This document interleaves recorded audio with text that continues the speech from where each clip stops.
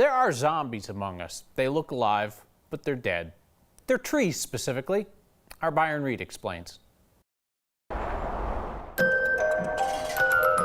J. Judd gets a little anxious this time of year. When Halloween time comes, you know it's about to be winter and about to be cold. He's the assistant district manager for Davey Tree Expert Company in Denver and says October is when they usually start getting reports of people seeing something strange in their yards. A zombie tree would basically be a tree that thinks it's alive. So a tree that probably has a good vascular system, but it has a lot of decay inside. The bone of the zombie.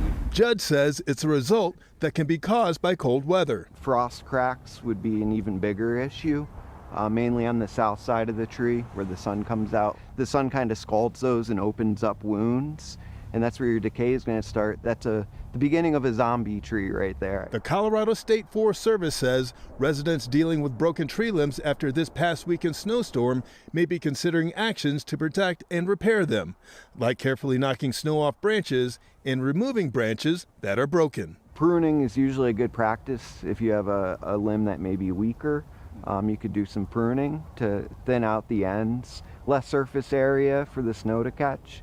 Kind of like a hand out there just waiting to grab the snow and break. Judd hopes these tips will get homeowners ready for the spring. The springtime, when we get those heavy wet snows, that's when the damage comes. To help prevent getting phone calls next year about things going bump in the night. Thinning out the ends, getting rid of those hands. For next, I do not believe in zombies. No. I'm Byron Reed.